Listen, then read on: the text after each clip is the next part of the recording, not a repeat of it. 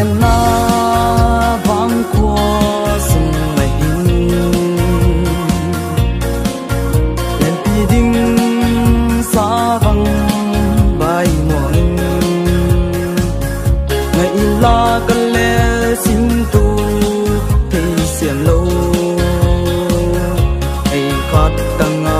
và vang lên đi ngã này per này ta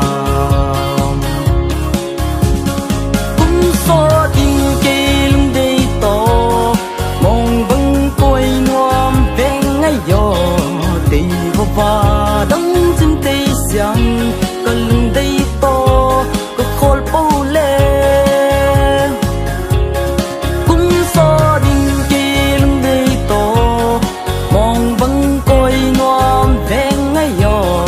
tì vô và đắng chim tây xiang cần lung đây to có khol bao lê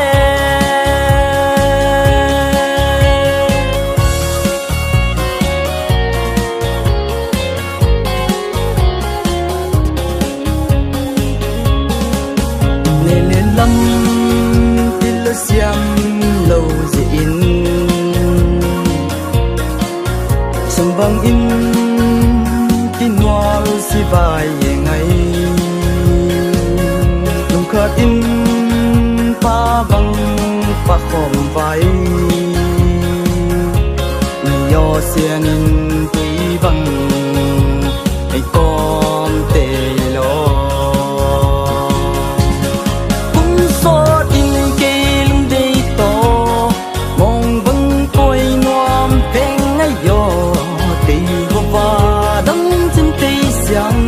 cần lưng đây to có khol bao lê cũng so đình kỳ lưng đây to mong vẫn coi noam ven ngay nhỏ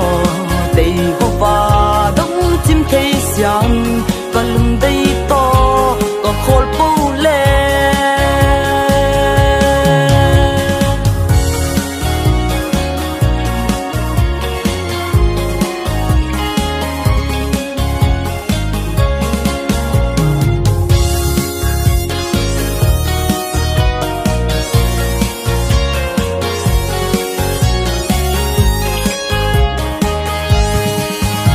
lên lâm tin là xiêm lâu diễn sông băng in tin hoa si vai ngày không khát in pha băng pha khom vai ngày yo xiên in tùy băng ai con tê lo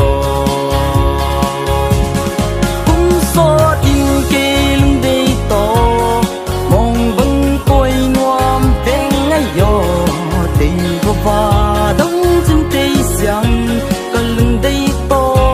có khol bao lê cũng so đình kỳ lưng đây to mong vẫn coi noam ven ngay nhỏ tây và đống chim tây xiang cần lưng đây